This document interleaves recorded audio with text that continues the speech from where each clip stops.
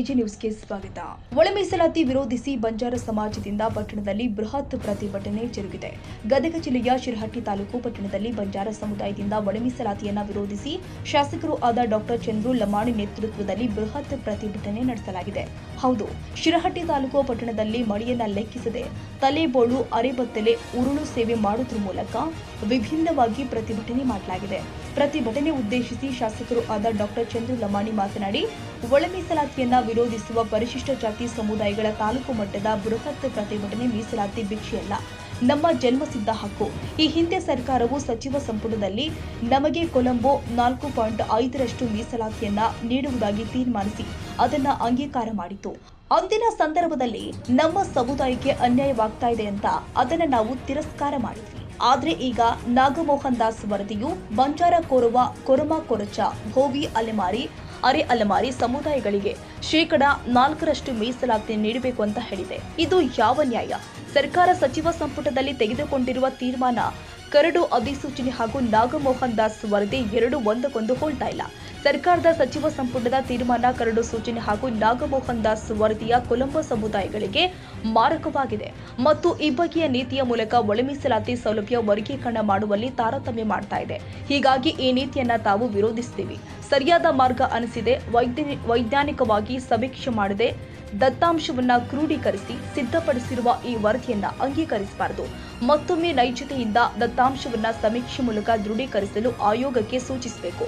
ಬಂಜಾರ, ಕೊರಮ, ಕೊರಚ, ಭೋವಿ, ಅಲೆಮಾರಿ, ಅರೆ ಅಲೆಮಾರಿ ಸಮುದಾಯಗಳಿಗೆ 5 ಮೀಸಲಾತಿಯ ಪ್ರಮಾಣವನ್ನ ನೀಡಬೇಕು.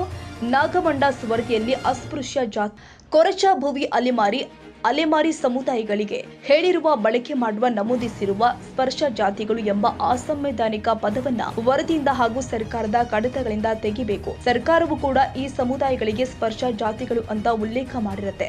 ಅದನ್ನ ನಾವು ಖಂಡಿಸ್ತೀವಿ.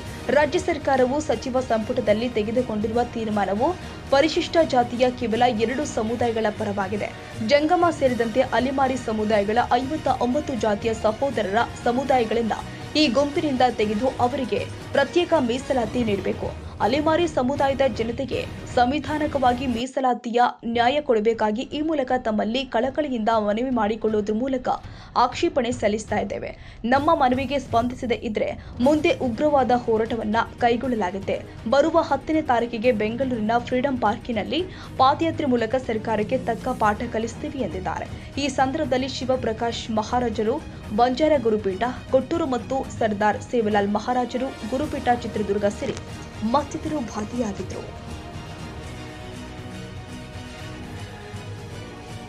ಕನ್ನಡಿಗರ ಮೆಚ್ಚಿನ ನಿಮ್ಮ ಎಜೆ 24/7 ನ್ಯೂಸ್ ಕನ್ನಡ ವಾಹಿನಿ ಇದೀಗ ಟಿವಿಯಲ್ಲಿ ಲಭ್ಯ. ವೇಳೆ ನೋಟಿಸ್ ಕೊಟ್ಟಿದ್ರೆ ವಾಪಸ್ ತಗೋತೀವಿ. ಇವತ್ತು ವಕ್ಫ್ ಪ್ರಾಪರ್ಟಿ ಅಂತೇಳಿ ಬರ್ತದೆ ಅಂತ ಹೇಳಿದ್ರೆ ರೈತರು ಬೀದಿಗೆ ಬಂದ್ರೆ ಏನ್ ಮಾಡ್ಬೇಕಾಗುತ್ತೆ? ಯಾರು ವೋಟ್ ಹಾಕಿಲ್ಲ ಅಂದ್ರೆ ಗ್ಯಾರಂಟಿನೆಲ್ಲ ಸ್ಟಾಪ್ ಮಾಡ್ಬಿಡ್ತೀವಿ.